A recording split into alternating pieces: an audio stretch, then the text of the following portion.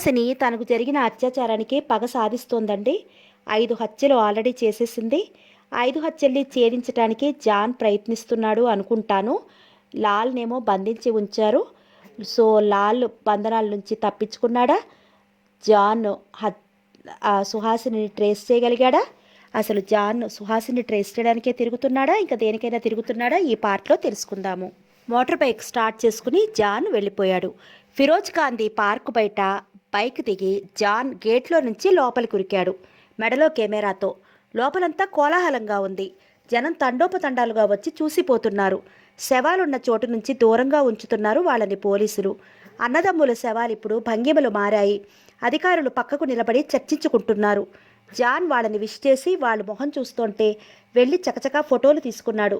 శవాలకి విలేకరి పాత్ర నటిస్తూ. అప్పుడు ప్యాడ్ పట్టుకుని అధికారుల్ని చేరుకున్నాడు. మెసెంజర్ రాలేదా అడిగాడు వాళ్ళని రహస్యంగా. మెసెంజర్ ఎవరు? మీ వాళ్ళు పంపిన మనిషి. నన్ను గుర్తుపట్టలేదా? మీరు జాన్ కదూ? అవును. ఏమిటి వేషం? ఏమీ లేదు అని జాన్ చుట్టూ చూశాడు. ఓ 10 మంది గుంపులుగా నిలుచుని హత్య గురించి మాట్లాడుకుంటున్నారు.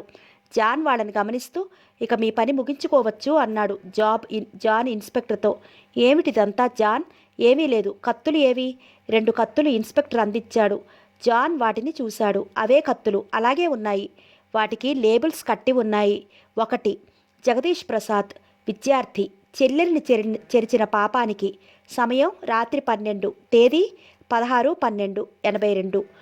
2 మోహన్ కుమార్, విద్యార్థి, చెల్లెల్ని చంపిన పాపానికి. సమయం రాత్రి 12:30, తేదీ 16/12/82. ఈ 2 కత్తులు ఒకేలా ఉన్నాయి. వీటి మీద త్రాచు బొమ్మను చూశారా? చూశాను. కోడి త్రాచు కాటేస్తోంది అన్నాడు జాన్ వాటిని ఇచ్చేస్తూ. అప్పుడు తాపీగా చూస్తూ గుంపుగా నిలబడ్డ జనాలని కెమెరా ఎత్తి 2 స్నాప్స్ లాగాడు. వాళ్లలో కదలిక ప్రారంభమైంది. మొదటి స్నాప్కే ఆ గుంపులో నుంచి ఓ మనిషి వేరుపడి గబగబా వెళ్ళిపోతున్నాడు. అతని షర్టు ఎడమ స్లీవ్ గుండీని చూశాడు జాన్. అతని కళ్ళు మెరిశాయి. చటుక్కున కదిలి ఆ మనిషి వెనక నడక సాగించాడు. ఆ మనిషి ఒకసారి వెనక్కి చూసి ఉలిక్కిపడి వేగం పెంచాడు. జాన్ కూడా పెంచాడు. వాళ్ళిద్దరినీ ఆందోళనగా చూస్తూ ఉండిపోయారు అధికారులు. ఆ మనిషి ఒక్కసారిగా పరుగు లంకించుకున్నాడు. జాన్ వెంటపడ్డాడు వెంటనే. కానీ అతనికి అందకుండా గేటును దాటేశాడు ఆ మనిషి. జాన్ గేటు దాటపోతున్నాడు వేగంగా. అప్పుడే పెద్ద ప్రేలుడు సంభవించింది. చెవి పక్కగా రోద చేసుకుంటూ వెంట్రుక వాసిలో వెళ్ళింది ఒక బుల్లెట్. అక్కడ గబాలను కూర్చుండిపోయి రివాల్వర్ తీసి కాల్చాడు జాన్. మళ్ళీ వెంటనే లేచి ఉరుకుతూ రెండోసారి కాల్చాడు. ఆ 2 గోళ్లని తప్పించుకుని ఆగంతకుడు పక్కనే ఆటోలో దూకాడు. తక్షణం ఆటో కదలకపోవడంతో మొండికేసిన డ్రైవర్ నెత్తిమీద మోది అవతల నుంచి దూకేసి తిరిగి పరుగు ప్రారంభించాడు బ్యాంక్ స్ట్రీట్ కేసి. జాన్కి మళ్ళీ కాల్చటానికి వీలు దొరకలేదు. ట్రాఫిక్లో నుంచి రేసుగుర్రంలా దౌడు తీశాడు. అప్పుడే 50 గజాల దూరంలోకి వెళ్ళిపోయాడు ఆ ఆగంతకుడు. అతన్ని పట్టుకోమని అరవాలనుకున్నాడు జాన్. కానీ వాడి చేతిలో రివాల్వర్కి ఎవరూ బలి కావడం ఇష్టం లేదు. వీళ్ళ కాల్పులు పరుగులు చూసి మనుషులు చెల్లాచెదరైపోతున్నారు. బయట శబ్దాలు విన్న అధికారులు పార్కులో నుంచి ఉరికి వచ్చారు. కానీ వాళ్ళకి ఏమీ కనిపించడం లేదు.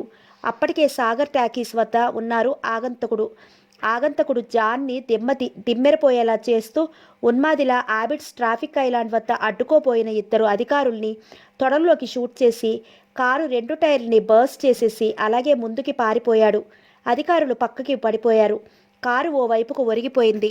పిచ్చి కోపంతో రెచ్చిపోయిన జాన్ రివాల్వర్ ప్రయోగిస్తూ వాడి వెంట పడ్డాడు. మరి 2 గోళ్లు వృధా అయ్యాయి. బయట జరుగుతున్న గొడవకి పోలీస్ స్టేషన్లో నుంచి పరిగెత్తుకొచ్చారు 2 ఇన్స్పెక్టర్లు.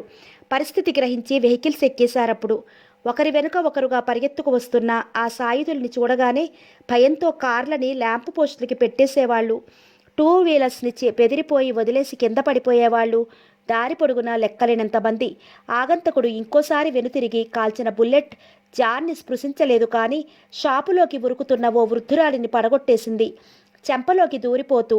అప్పుడు ఆ ఆగంతకుడు పరిగెత్తుకు వెళ్ళి ఒక బస్సును అందుకున్నాడు. డబుల్ డెక్కర్ హోటల్ ఎమరాల్డ్ ముందు. చేతిలో పొగలు కక్కుతున్న రివాల్వర్తో లోనికి చొరబడుతున్న దుండగుడిని చూసి కెవ్వు నారిచి అలజడి సృష్టించారు ప్రయాణికులు. డ్రైవర్ కంగారు పడి బస్సు ఆపేసి చూశాడు. ప్రయాణికులు ఇంకా అరుస్తూ కిందకి దూకేయసాగారు. జ్వరపడుతున్న ఇంకో ఆగంతకుడిని చూసి జాన్ని. మొదటి ఆగంతకుడు పైకి ఉరుకుతున్నాడు. జాన్ వెనక ఉరికాడు. ఇద్దరూ పైకి రాగానే అక్కడి ప్రయాణికులు కేకలేసుకుంటూ కిందకి దౌడు తీయసాగారు. జారి మెట్ల మీద ఒకరు పడి దొల్లుకుంటూ వచ్చి కింద పడుతున్నారు. లేచి బయటికి దూకుతున్నారు. అప్పటికే వచ్చి చుట్టుముట్టేసిన వాహనాల్లో అధికారులు ఏమీ చెయ్యలేకపోతున్నారు. లోపలికెళ్ళడానికి జనం అడ్డుపడుతుంటే పైన జాన్ మెడలోంచి కెమెరా జారి కింద పడిపోయింది. రివాల్వర్ లేపుతున్న ఆగంతకుడి మీదకి లంకించి ముఖం మీద మోదాడు. 2 సార్లు ట్రిగ్గర్ లాగి అది ప్రేలకపోవడంతో దాన్ని పడేసి జాన్తో కలబడ్డాడు ఆగంతకుడు. జాన్ చేతిలో రివాల్వర్ అతడి ముఖం మీద ఫెడీమని తగులుతోంది. కేక వేసి ముఖం పట్టుకుని కింద పడ్డాడు ఆగంతకుడు. జాన్ అతడి మీదికి దూకి పిడికిళ్లతో బలవంతా ఉపయోగించి కొట్టసాగాడు. వాడు భరించలేక అరుస్తున్నాడు. నెత్తిమీద పడుతున్న రివాల్వర్ పిడి ఖాతాలకు కళ్ళు తన్నుకుంటూ జాన్ చేతిని పట్టుకుని కొరికేశాడు. జాన్ వదిలేయగానే రివాల్వర్ పట్టుకుని 2 సార్లు ట్రిగ్గర్ లాగేశాడు. 2 గూళ్ళు పైన టాప్ని చీల్చుకుంటూ వెళ్ళిపోయాయి. జాన్ అప్పుడు వెంటనే దాన్ని పట్టుకుని గురిని తన నుంచి తప్పించాడు. అప్పుడు 3వ బుల్లెట్ వాడి ఛాతీలో ఏర్పడ్డ రంధ్రాన్ని చూసి జాన్ లేచిపోయాడు. రంధ్రంలోంచి పొటపొట రక్తం కారుతోంది. జాన్ ముఖం తుడుచుకుంటూ పైకొస్తున్న అధికారులను చూశాడు. చేతుల్లో రివాల్వర్స్తో వచ్చిన అధికారులు ఉద్రేకపడ్డారు అక్కడి దృశ్యాన్ని చూసి. జాన్ ఆయాసం తెచ్చుకుంటూ కెమెరాని ఎత్తుకున్నాడు. ఏమిటిది మిస్టర్, అరిచాడు ఒక అధికారి. ఈ బాస్టర్స్ నా పార్ట్నర్ని బంధించారు, చెప్పాడు జాన్ పళ్ళ బిగువున. అయితే అందుకని చంపారా? నో, వీళ్ళింకా ఏమేం చేస్తున్నారో మీకు తెలియదు. ఇన్స్పెక్టర్, దయచేసి మీరు వెంటనే నేను చెప్పిన ప్రకారం చేస్తారా? ప్రశ్నలు అడగండి. తక్షణం హెడ్ క్వార్టర్స్కి ఫోన్ చేసి టెలిఫోన్ చేసి అక్కడ నిన్న క్యాప్చర్ చేసుకున్న ఏపీవై 4698 బ్లాక్ అంబాసిడర్ని వెంటనే దిల్సుఖ్ నగర్ బస్ డిపో ముందుకు తెచ్చిపెట్టమని చెప్పండి. ఓకే? ఓహ్ జాన్, వైర్లెస్ వాడకండి. అలాగే కోటీ పార్క్ ముందు నా రెడ్ జావా ఉంటుంది, దాన్ని కూడా ఆ కారు పక్కన పెట్టించండి. మరి ఇతని బాడీ సెర్చ్ చేయండి అన్నాడు జాన్ ఆగంతకుడి శవాన్ని చూస్తూ. మీకు జేమ్స్ బాండ్ సినిమా చూసినంత ఎక్సైట్మెంట్ లభిస్తుంది. 5. మస్తాన్ ఖాన్ పాత నగరం కేడి నజ్మా బేగంని చెరిచిన పాపానికి. సమయం రాత్రి 9:30. తేదీ 16/12/82. జాన్ ఆ లేబుల్ని చూసి కత్తిని అక్కడి ఇన్స్పెక్టర్కి ఇచ్చేశాడు. అవే అక్షరాలు, రైటింగ్ ఒక్కటే. దీన్ని బాలకృష్ణన్కి అందించండి క్రైమ్ బ్రాంచ్లో. ఈ మర్డర్స్కి అతనే ఇన్ఛార్జ్. కానీ మీ ఉద్దేశం ఏమిటి? మమ్మల్ని ఎంతసేపు ఎందుకు ఆపారు? నా ఉద్దేశాలు అడక్కండి, మీకు నచ్చవు. నేను ఇక్కడ క్లూస్ తీయడానికి దర్యాప్తు చేయడానికి రాలేదు. To hell with it. ఈ హత్యలతో నాకు పని లేదు. నాకు ఈ శవం అవసరం లేదు. మీ పని ముగించుకోండి. మరి మీకేం అవసరం? నాకు జనంతో అవసరం ఉంది. ఈ హత్యల గురించి మీరేమనుకుంటున్నారు? బాగైందనుకుంటున్నాను. ఇలాంటి డిజనరేట్స్కి ఇలాంటి గతి పట్టాల్సిందే. సుహాసిని జిందాబాద్. జాన్ బయటికి వచ్చి జనాన్ని చూశాడు. 15 మంది కంటే ఎక్కువ లేరు. జాన్ వాళ్ళ దుస్తుల్ని శ్రద్ధగా చూస్తూ నిదానంగా కెమెరా ఎత్తి క్లిక్ మనిపించాడు. అదేమిటి, ఫోటో ఎందుకు తీశారు? ఇన్స్పెక్టర్ అడిగాడు. జాన్ మాట్లాడలేదు. ఆ జనం చెదిరిపోయారు. వెంటనే వాళ్ళల్లోంచి ఒకడు అందరికంటే ముందు వెళ్ళిపోతున్నాడు, పెద్ద పెద్ద అంగలేసుకుంటూ. అతను ఎరుపు రంగు షర్టు తొడుక్కున్నాడు. అతన్ని చూసి జాన్ వాణ్ణి పట్టుకోండి అని అరిచాడు. అప్పుడు ఆ ఎర్ర మనిషి వెనక్కి చూసి రివాల్వర్ చూపించాడు. పెద్దగా ఏదో అరిచి తిరిగి గబగబా వెళ్ళి సందులోకి తిరిగి అదృశ్యమయ్యాడు. జాన్ తెగించి అటువైపు పరిగెత్తాడు. సందులోకి తిరగగానే కొంత దూరంలో ఎర్ర షర్టు మనిషి మళ్ళీ వెనక్కి చూసి ఈసారి రివాల్వర్ పేల్చేశాడు. జాన్ తటాలున పక్కనున్న ఇంటి అరుగు మీదకి దూకేశాడు. పిల్లలు, ఆడవాళ్లు కీచు అరుపులతో లోపలికి దూరిపోయి తలుపులేసుకున్నారు. జాన్ తన ఖాళీ రివాల్వర్ను చూసి కసురుకుంటూ మళ్ళీ లేచి వీధిలోకి ఉరికాడు. వీధి అదిరిపోయేలా 2 సార్లు గాలిలోకి కాల్చి అదే దౌడు తీస్తున్నాడు ఎర్రషర్టు మనిషి. జాన్ అతనికి 30 గజాల దూరంలో ఉన్నాడు. అతని వెనుక పోలీస్ జీపు వచ్చేస్తోంది. అది శరవేగంతో జాన్ని దాటుకుని పోతుండగా ఎర్రషర్టు మనిషి ఈసారి పూర్తిగా రెచ్చిపోయి గురిచూసి కాల్చాడు వెనక్కి. అద్దాన్ని చీల్చుకుంటూ జీపులో అందరి మధ్య నుంచి దూసుకు వెళ్ళింది బుల్లెట్. అప్పుడు ఇన్స్పెక్టర్ చేతిలో రివాల్వర్ బదులు పలికింది 2 సార్లు. మొదటిసారి మోకాలులోకి, రెండోసారి వీపులోకి. చేతులు గాల్లోకి విసిరి బోర్లా పడ్డాడు ఎర్రషర్టు మనిషి. జాన్ పరిగెత్తుకు వెళ్ళి చేరుకున్నాడు. జీపులో నుంచి పోలీసులు దిగారు. అతన్ని వెల్లకిలా తిప్పి చూశారు. చనిపోయాడప్పుడే. మిస్టర్ జాన్, ఎవరతను? ఏం చేశాడు? అప్పుడు జాన్ కూర్చుని శవం చేతికి గుండీ విప్పి స్లీవ్ని పైకి లాగాడు. ఆ గుండీకి అతికించి ఉన్న సన్నడి తీగ ఆ ఎడమ చేతి మీదుగా చంక వరకు వెళ్ళి అక్కడి నుంచి ఛాతీ పక్క భాగం మీదుగా కింద నడుము దగ్గరకు వచ్చింది. నడుము కింద ప్యాంటు లోపల నుంచి ఎడమ చేపుకున్న రంధ్రంలో నుంచి వెళ్ళి కనెక్ట్ చేయబడి ఉంది మైక్రో క్యాసెట్ రికార్డర్కి. ఆ గుండీ మైక్రోఫోన్. అతను శత్రువర్గపు ప్రతినిధి. రాజ్భవన్ సమీపంలోని ఒక రెస్టారెంట్ నుంచి శంభునాథ్ మాట్లాడుతున్నాడు తన బాస్తో ఫోన్లో. కొంప మురిగింది బాస్, గల్లంతైంది. ఏం జరిగింది? వాళ్ళకి తెలిసిపోయింది. భాస్కర్ తప్పించుకొచ్చాడు డైమండ్ హోటల్ నుంచి. సరే, వాడెక్కడో ట్రాక్ వదిలి ఉంటాడు. వాడి పీక నొక్కేసేయి, అర్థమైందా? వంటి మీద సరుకు పీక్కో. అందులో పనికొచ్చే విషయాలుంటే నాకు పంపు, లేకపోతే తగలపెట్టేసాయి. అలాగే బాస్ అన్నాడు శంభునాథ్ కంగారుగా. అలాగే. మిగతా ముగ్గురు ఏమయ్యారు? ఇంకా రాలేదు బాస్, ఎదురు చూస్తున్నాను. మీరంతా దద్దమ్మలు, వెధవలు, గాడిదలు. ఆదిలోనే ఆర్పేసేలా ఉన్నారు పరిస్థితి చూస్తే. ముందు ఇంకా బోలెడు జరగాల్సి ఉంది. ఆ ముగ్గురి నుంచి కూడా ఇలాంటి రిపోర్ట్సే అందాయా? నిన్ను యాసిడ్లో పడేస్తాను శంభు. ఓహ్, శంభునాథ్ బాధగా అన్నాడు. వెళ్ళు, వాళ్ళేమయ్యారో చూడు. అక్కడికి మనుషుల్ని పంపు. అలాగే బాస్, అలాగే. ఏదైనా మెసేజ్? నో మెసేజ్, నోరు మూసుకో. శంభునాథ్ బాధగా ఫోన్ పెట్టేశాడు. తిరిగి వచ్చి భాస్కర్ ఎదుట కూర్చున్నాడు. భాస్కర్ ప్రక్కన ఇంకో ముగ్గురున్నారు. భాస్కర్ ఏవైదన్నట్లు చూశాడు. శంభునాథ్ చెప్పాడు, మిగతా చోట్లకి మనుషుల్ని పంపమన్నాడు. వాళ్ళు ఏమయ్యారో చూడటానికి. సుభాష్, సంతోష్, దాస్, మీరు ముగ్గురు వెళ్ళండి. వెంటనే నాకు ఫోన్ చేయండి. ఇక్కడే ఉంటాను. ఓకే, ఇక వెళ్ళండి వెంటనే. వాళ్ళు ముగ్గురు లేచి వేగంగా వెళ్ళిపోయారు. శంభునాథ్ గెడ్డం రుత్తుకుంటూ భాస్కర్ని జాలిగా చూశాడు. ఏది, నీ ఇన్ఫర్మేషన్ చూద్దాం అన్నాడతను. భాస్కర్ జేబులో నుంచి ఆ పరికరాన్ని తీశాడు. దాన్ని శంభునాథ్ చెవి దగ్గరగా తీసుకెళ్లి ఆన్ చేశాడు. అక్కడ దిల్సుఖ్ నగర్ కాలనీలో జనాన్ని పోలీసులు అదుపులో ఉంచుతున్నారు. మోటార్ సైకిల్ శబ్దానికి అందరి దృష్టి జాన్ మీద పడింది. అతడు రిపోర్టర్లా దిగి వెళ్లి అక్కడ అధికారుల్ని కలిశాడు. వాళ్ళు తనని గుర్తించాక రిపోర్టర్ పాత్ర వహించాడు. శవానికి ఫోటోలు తీసుకుంటూ, మిస్టర్ జాన్, మమ్మల్ని ఎందుకు ఆగమన్నారు అడిగాడు అక్కడి ఇన్స్పెక్టర్. జాన్ కళ్ళతో వారిస్తూ అతన్ని దూరంగా తీసుకువెళ్లాడు. గట్టిగా మాట్లాడకండి. మనకు కనిపించని శ్రవణేంద్రియాలు పనిచేస్తున్నాయి ఇక్కడ. ప్రతి హత్యా స్థలంలోనూ వాళ్ళ గ్యాంగ్ మనుషులు ప్లాంట్ చేయబడ్డారు. మైక్రోఫోన్తో మీరేం మాట్లాడుకుంటున్నారో రికార్డ్ చేస్తున్నారు. వాటి ద్వారా వాళ్ళు తీసుకోవలసిన జాగ్రత్తలు తీసుకుంటారు. ఓహ్, ఈ లేబుల్స్ మీద నంబర్లు చూస్తే ఇలాంటివి ఇంకా జరుగుతాయనిపిస్తోంది. ఇతని శవం మీద ఏముంది? చూపించాడు ఇన్స్పెక్టర్ కత్తిని. దానికి కట్టి ఉన్న లేబుల్ని. 1 వరదయ్య, వాచ్మ్యాన్. పసిపాపని చేర్చిన పాపానికి. సమయం రాత్రి 9:45. తేదీ 16/2/82. అదే కత్తి, అదే వ్రాత అన్నాడు జాన్ దాన్ని ఇచ్చేస్తూ. హత్యాక్రమం హతుల పేర్ల ముందు సూచించబడింది. ఓకే, ఇక శవాన్ని తొలగించండి. మీ పార్ట్నర్ జాడ ఏమైంది? జాన్, ఆ ప్రయత్నంలోనే ఉన్నాను. మనల్ని ఎందుకు ఆపారు? శత్రువు కోసం అని. జాన్ గుంపులోకి చూశాడు. అటు కదిలి కెమెరా ఎత్తి, జస్ట్ ఏ మినిట్, అలాగే నిల్చోండి. ఈ హత్యలు జనాన్ని ఎంత ఆకర్షిస్తున్నాయో తెలుపటానికి మీ ఫోటోలు అవసరం మా పత్రికకి అంటూ ఒక స్నాప్ తీశాడు. జనం కదలలేదు, ఇంకా కుతూహలంగా ఎగపడ్డారు. జాన్ మరో స్నాప్ తీస్తున్నప్పుడు ఓ మనిషి నెమ్మదిగా జారుకోసాగాడు. అతడికి తన ఆనవాలు రికార్డు కావడం ఇష్టం లేదు. చంపేస్తాడు శంభునాథ్. రెస్టారెంట్లో శంభునాథ్ ఆ టేపు వినడం పూర్తి చేసి ఆఫ్ చేసి తన జేబులో పెట్టుకున్నాడు. Good job Bhaskar. డైమండ్ హోటల్లో మనకి చిక్కులు ఏర్పడలేదు అన్నాడు. లేదు, వాళ్ళకి సుహాసిని అజ దొరకలేదు. ఆమెను ట్రేస్ చేయలేదు అన్నాడు భాస్కర్ ఉత్సాహంగా.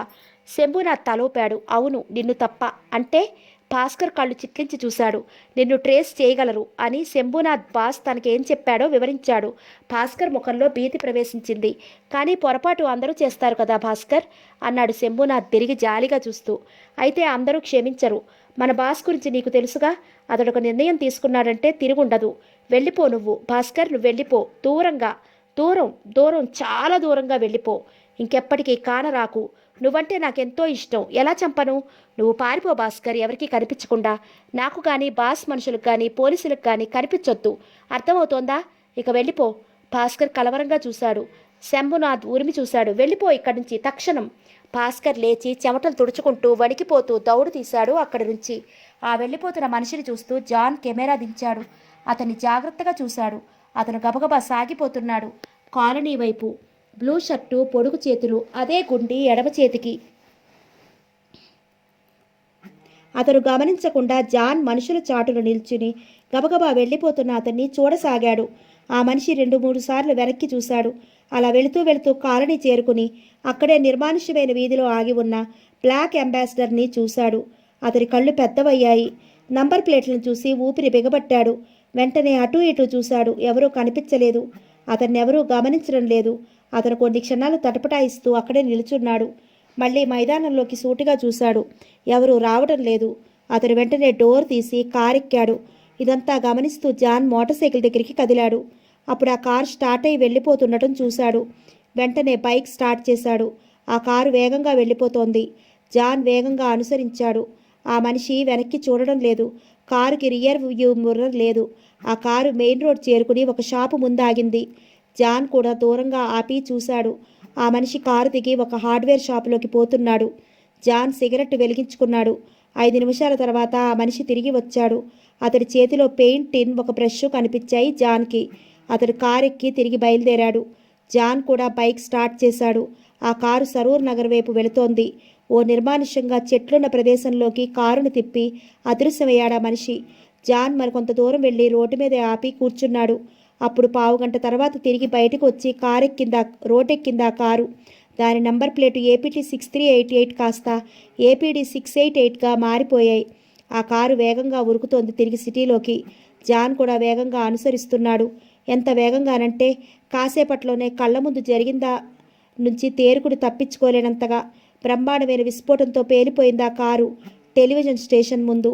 దానిలోకి పెన్ బాంబులు విసిరిన సంతోష్ మాయమయ్యాడు ఎటో క్షణాల్లో. కేవలం దానికి 5 గజాల దూరంలో జాన్ బైక్ నాపగలిగి తప్పించుకున్నాడు. డామిట్ గాడ్, ఓహ్ గాడ్, నా శ్రమంతా బూడిదైపోయింది. అతను తల బాదుకోసాగాడు కింద కూర్చుని. ఒక గద్ద కీహ్మంటూ అరుచుకుంటూ ఇంటి కప్పు మెంచి వెళ్ళిపోయింది. బయట టకటకా అడుగుల చప్పుడు దగ్గరవుతూ కొన్ని క్షణాల తర్వాత చటుక్కున తెరుచుకుంది తలుపు. జింబో తొంగి చూశాడు నవ్వుతూ. సుహాసిని, సార్ వచ్చింది, మిమ్మల్ని కలుసుకుంటుంది. ఓకే. అతన్ని చూసి వెంటనే లేచి కూర్చున్నాడు డిటెక్టివ్ లాల్. అతని కాళ్లకు గొలుసుల బంధం అలాగే ఉంది. సార్ కులాసాయే కదా, తలూపాడు లాల్ తలుపుల అవతలికి చూస్తూ. ఇంకో మనిషి ఒక యువతితో లోపలికి ప్రవేశించాడు. లాల్ ఆమెనే చూస్తూ విస్తుపోయాడు. జింబో ఆమెకు కాట్కు కొంచెం దూరంలో ఉన్న కుర్చీని చూపించాడు. ఆమె కూర్చున్నాక ఇద్దరిని తృప్తిగా చూసి, మాట్లాడుకోండి కానీ ఆవేశాలు ప్రదర్శించకండి ప్లీజ్, 10 నిమిషాలే టైం ఉంటుంది అని వెనక్కి తిరిగి తలుపు దగ్గరికి నడిచి ఆ ఇంకో మనిషితో బయటికి వెళ్ళిపోయాడు. తలుపు మూసుకుంది. లాల్ సిగరెట్ వెలిగించుకుంటూ ఆమెను పరీక్షగా చూడసాగాడు. ఆమె కూడా అతన్నే చూస్తోంది. వాడి చూపులు. ఆమె ముఖమంతా నీరసించి బలహీనంగా ఉంది. కానీ ఆమె నిటారుగా చురుగ్గా కూర్చుంది. ఆమె కళ్ళల్లో ఉన్న భావమల్లా ఒక్కటే కసి. ఇక దేనికి వెనకాడదలుచుకొని తెగింపు. ఇంకా ఏదో చేసేయాలన్న తపన, తాపత్రయం. లాల్ బరువుగా నిట్టూర్చి పెదవి విప్పాడు. నీ గురించి చాలా వింటున్నాను సుహాసిని.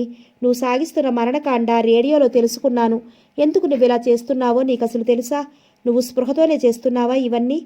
ఆమె తీవ్రంగా చూసింది. ఎందుకు అలా అనుకుంటున్నారు? నువ్వు స్పృహతో ఉంటే ఇటువంటి పనులు చెయ్యవు. నేను స్పృహతోనే ఉన్నాను. నేనేం చేస్తున్నానో నాకు తెలుసు. ఇక ముందు ఏం చేయబోతున్నానో కూడా తెలుసు. ఇక ముందు కూడా నా సుహాసిని, ఇంకేం మిగిలిందని? ఈ ప్రపంచంలో నిర్మూలించాల్సింది ఎప్పుడు మిగిలే ఉంటుంది డిటెక్టివ్ గారు. ఓహ్, నాకు తెలియదు. ఎలా తెలుస్తుంది మీకు? మీకు ఇది అనుభవం అయ్యే అవకాశం లేదు. మీ మగజన్మ కొద్దీ నా స్థానంలో ఉండి చూస్తే తెలుస్తుంది నా పరిస్థితి, నా మనస్థితి, ఈ దుస్థితి. అవును, అర్థం చేసుకున్నాను. కానీ ఈ పరిస్థితిలో నువ్వు చాలా అవివేకంగా ప్రవర్తిస్తున్నావు అనుకుంటాను. ఎందుకు అనుకుంటారు? నువ్వే చూడు. ఈ ముఠా మీ తండ్రిని చంపింది. నీ తల్లి చావుకి వాళ్లే కారకులయ్యారు. నిన్ను ప్రేమించిన వాడిని వాళ్లే అంతం చేశారు. వాళ్ళు నీకిన్ని ఘోరాలు చేసినా వాళ్లతోటే నువ్వు చేతులు కలపడం వివేకం అనిపించుకుంటుందా? క్షమించరాని ద్రోహం నీ వాళ్ళ పట్ల. ఆమె కటవుగా అంది. చూడండి డిటెక్టివ్ గారు, చచ్చి ఏ లోకాల్లో ఉందో నా వాళ్ళ కోసం ఇక్కడ బ్రతికున్న నేను పాటుపడలేను. వాళ్ళు నా కోసం ఇప్పుడేం చేస్తారు? నేనేదో వాళ్ళ కోసం చేస్తే నా తృప్తికేగా. వాళ్ళ తృప్తి నాకెలా తెలుస్తుంది? కాబట్టి నాకు ఇలాంటి సెంటిమెంట్స్ లేవు. నాకు నా కర్తవ్యం ముఖ్యం. నాకు ఆయుష్ ఎక్కువేం లేదు. వింటున్నారా? ఈలోగా నేను చేయాల్సిందేదో ఉంది. దీనికి అడ్డంకులు ఎన్నో ఉన్నాయి. వాటిని తట్టుకోవాలంటే నాకు వీళ్ళ ఆశ్రయం పొందడం తప్ప మార్గం లేదు. బయట ఉండి ఒక్కదాన్ని ఇవన్నీ సాధించలేను. నన్ను దహించి వేస్తున్న ప్రతీకారం తీర్చుకోవాలంటే ఈ హంతకుల అండ కోరుకోవడం కంటే గత్యంతరం లేదు నాకు. నీ వాదం అర్థం లేకుండా ఉంది అన్నాడు లాల్ కోపంగా. నీ వాళ్ళ విషయంలో నీ అభిప్రాయం నీ పిరికితనాన్నే తెలుపుతుంది. సుహాసిని, నీ మానాన్ని దోచుకున్న వాళ్ళ మీద ఏర్పడ్డ కసి నీకు నీ వాళ్ళను పొట్టపెట్టుకున్న వాళ్ళ మీద లేదంటావా? You are a stupid, mindless, perverted girl, unfaithful daughter. I hate you Suhasini. ఆమె ఉద్రేకంగా చూసింది. ఏమిటి మీరు అసహించుకునేది? ఎవరిని మీరు అసహించుకునేది? ఆడవాళ్ళని హింసించే దుర్మార్గుల్ని అసహించుకోండి. స్త్రీని గౌరవించని నీచుల్ని అసహించుకోండి. పైకి పెద్ద మనుషుల్లా ఉంటూ వెనుక ఆ చెడు పనులు చేసే అవినీతి పనుల్ని అసహించుకోండి. చేతనైతే వాళ్ళని అరికట్టండి. ఆడవాళ్ళని రక్షించండి. వాళ్ళకి న్యాయం కల్పించండి. లేదు, మీకు చేత కాదంటే ఊరుకోండి. ఊరికే విమర్శలు చేయకండి. నాకు నీతులు బోధించకండి. నువ్వేది అర్థం చేసుకునే స్థితిలో లేవు. అవును, నేను నా వాళ్ళ పట్ల ద్రోహం చేస్తున్నాను. కానీ బ్రతికి ఉంటూ బ్రతకలేక జీవోత్సవాల్లో ఉన్న నాలాంటి స్త్రీల కోసం నేనేం చేయబోతున్నానో తెలుసా డిటెక్టివ్ గారు? వాళ్ళ బాధలు రూపుమాపుతాను, వాళ్ళ కష్టాలు కడతేరుస్తాను. వాళ్ళింక ముందు ఏ భయాలు లేకుండా జీవించేలా చేస్తాను. ఆడదంటే ఆడుకునే బొమ్మ కాదని కళ్ళు తెరిపిస్తాను ఆటగాళ్ళకి. వాళ్ళ ఆటలన్నీ కట్టిస్తాను. ఆడదానిపై చెడు దృష్టి వేసే ముందు నన్ను తలుచుకుని జంకేలా గుండెల్లో నిద్రపోతాను. ఓహ్, చాలా చాలా చేస్తున్నావు. చూస్తూ ఉండండి, రేపటి నుంచి ఏం జరుగుతుంది? కనిపించిన ప్రతి బగాడి వేద నీ కసి తీర్చుకుంటావా? అయితే నీ ఎదురుగా నేనున్నాను. మీరైనా మరెవరైనా ఆడదాని పట్ల అన్యాయంగా ప్రవర్తించారని తెలిస్తే వదలను. ఓ ఐసీ, ఏ దుర్మార్గుడు నా నుంచి తప్పించుకోలేడు. కానీ వాళ్ళని ఎలా తెలుసుకుంటావు నువ్వు? అది మీకే తెలుస్తుంది. రేపు ఉదయం చూడండి. ఆమె లేచి నిలబడింది వెంటనే. నేను చేస్తున్న పనులు ఎప్పటికప్పుడు మీకు తెలుస్తూ ఉంటాయి. బహుశా నేను మళ్ళీ మిమ్మల్ని కలవకపోవచ్చు. వస్తాను, విశ్రాంతి తీసుకోండి. ఆమె వెనక్కి తిరిగి చకచకా నడిచింది తలుపు దగ్గరికి. లాల్ ఆమెనే చూస్తూ ఉండిపోయాడు ఆందోళనగా. ఆ మర్నాడు ఉదయం బహుశా ఇంకే విపరీతాన్ని ఆశించకుండా నిధులు లేచిన జంట నగరాల ప్రజలకి అంతా పసుపుమయంగా కనిపించింది. ఎటు చేసినా పసుపు రంగు, ఎటు వెళ్ళినా పసుపు రంగు. పసుపు పసుపు పసుపు. నగరమంతా పసుపుమయమే. ప్రతి ఒక్కరి చేతిలో ఆ పసుపు రంగు కరపత్రాలే. ప్రతి ఇంట్లో, ప్రతి వీధిలో, ప్రతి కోడలిలో, ప్రతి షాపులో, ప్రతి హోటల్లో, ప్రతి స్కూల్లో, కాలేజీలో, ప్రతి పార్కులో, ప్రతి రైల్వే స్టేషన్లో, ప్రతి బస్ స్టాపులో, ప్రతి ప్రభుత్వ కార్యాలయంలో, ప్రతి బస్సులో అవే అవే అవే, అంతటా అవే. సంచలనం ప్రజల్లో. ఉరుకులు పరుగులు, ఉద్రేకాలు, ముచ్చట్లు. కొందరికి వినోదమైతే కొందరికి భయాందోళనలు, కొందరికి ఫార్స్ అయితే కొందరికి సీరియస్ విషయం. ప్రతి భాషలో ప్రతి వారిని అవి ఆకర్షిస్తున్నాయి, అదరగొడుతున్నాయి. ఇంతవరకు జరిగిన హత్యల పరంపర ఇంకా వాళ్ళ మనసుల్లో భయాందోళనలు తొలగించలేదు. ఇప్పుడు ఈ కరపత్రాల జడివాన వాళ్ళని ఇంకా ఉక్కిరిపిక్కిరి చేస్తోంది. ఇంత సంచలనం కలిగిస్తున్న ఆ కరపత్రంలో విషయం ఎవరు? ఎన్నడూ కనీ విని ఎరుగనిది, అసలు ఊహించలేనిది. పసుపు రంగు దేనికి చిహ్నం? అభాగినులారా, అదృష్ట విహీనులారా, విధివంచితులారా, శుభవార్త. ఇదిగో మీకు వచ్చేసింది శుభోదయం. మీరింతకాలం మీ దౌర్భాగ్యానికి దుంకిస్తున్నారా? మీ శకలమైన జీవితాలను చూసి జడుసుకుంటున్నారా? చెదిరిపోయిన మీ కన్నె కలల పంటకి మిమ్మల్ని మీరు నిందించుకుంటున్నారా? కాటు తిన్న మీ మాన మర్యాదలకు నిస్సహాయులై శవాలుగా జీవిస్తున్నారా? కూలి ధ్వంసమైన మీ స్వప్న సౌధాలకి కృంగి కృషిస్తున్నారా? అయితే ఇక మీకు భయం లేదు. అవును, విచారం లేదంటున్నాము. దుఃఖము ఇక వలదంటున్నాము. ఎందుకని? అది ఎలాగంటే ప్రియ సోదరీబడులారా, సదా మీ సర్వరక్షణకై అభయ హస్తాన్ని చాస్తూ ఇదే సుముహూర్తాన వెలిసిందొక నవసేనా సైన్య సమితి. ఈ సమితి మీది, ఈ సమస్యలు మీవి. మీ సమస్య పరిష్కారము, మా ఈ ప్రయోగ లక్ష్యము ఈ నవనాగరిక నగర సమాజంలో చీడ పురుగులను అనదగే వారిని ఏరివేయడమే. ఎచ్చట స్త్రీలు స్వేచ్ఛతో సుఖ సంతోషాలతో ఉంటారో అదే నిజమైన స్వచ్ఛమైన మానవ సమాజము, ప్రపంచము. అటువంటి ప్రపంచ స్థాపనమే మా పరమ ధ్యేయంగా స్వీకరించి సర్వస్త్రీ జన రక్షణకు చిత్తశుద్ధితో శ్రమించుటకై రంగప్రవేశం చేస్తున్న మా ఈ సేవా సంస్థకు మీ నుంచి పూర్తి ప్రోత్సాహ సహకారాలు లభిస్తాయని ఈ సందేశం ద్వారా ఆశిస్తూ మా ఈ మహత్తర నిస్వార్థ లక్ష్య సాధనకు ఎట్టి ఆటంకము ఎదురవపోదని గాఢంగా విశ్వసిస్తున్నాము. సోదరీమణులారా, మీకు తెలుసు, గత కొన్ని దినాలుగా మన నగరంలో జరుగుతున్న సంఘటనలు లైంగిక అవలక్షణాలు ప్రకోపించడమే అట్టి దురదృష్టకర సభ్యవిహీన సంఘటనలకు కారణమని మీకు వేరే చెప్పనవసరం లేదు. అటువంటి ఒక దుష్కృత్యానికి బలి అయిన అభాగిని సుహాసిని గాథ ఇంకా మీ హృదయాలను చలింపచేస్తూనే ఉంటుంది.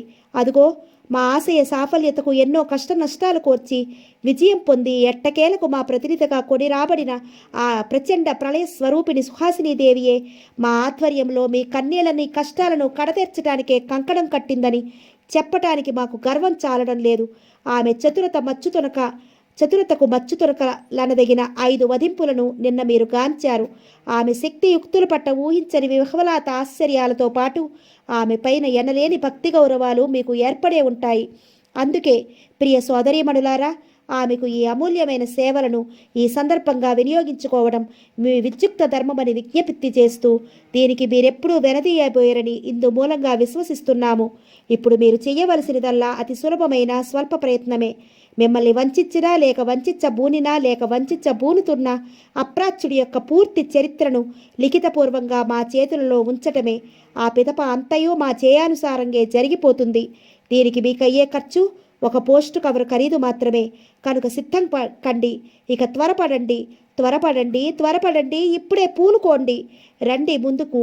చేయూతనివ్వండి మాకు. నీచ ప్రబుద్ధుల్ని నిర్మూలించి నందనవనాన్ని నిర్మిద్దాం. ఇట్లు సదా మీ శ్రేయస్సు కోరే స్నేక్ పైటి 17 ప్రకాష్ నగర్, బేగంపేట, హైదరాబాద్ 500016. సుహాసినీదేవి జిందాబాద్. స్నేక్ సొసైటీ వర్ధిల్లాలి. 1 కాదు 2 కాదు లక్షల సంఖ్యలో కరపత్రాలు ప్రజల చేతులు మారుతున్నాయి. దీనివల్ల పోలీస్ హెడ్ క్వార్టర్స్లో కలిగినంత సంచలనం మరెక్కడా లేదు. వాళ్ళకిది ఓపెన్ ఛాలెంజీల్ని ఎదుర్కోవడం వాళ్ళకి ప్రెస్టేజ్ ఇష్యూ. ఒకవైపు డీజీపీ ఆఫీసులో ఉన్నతాధికారుల అత్యవసర సమావేశం ఏర్పాటు అవుతుండగా, మరోవైపు ధైర్యంగా ప్రకటించబడ్డ ఆ శత్రుకూటమి చిరునామాకు కొన్ని సాయుధ దళాలు తరలి వెళ్ళాయి బేగంపేటకి. అక్కడ ఆశించినట్లే ఎదురైంది. ఆ చిరునామా గల మేడ ఖాళీగా ఉంది, తాళం వేసి.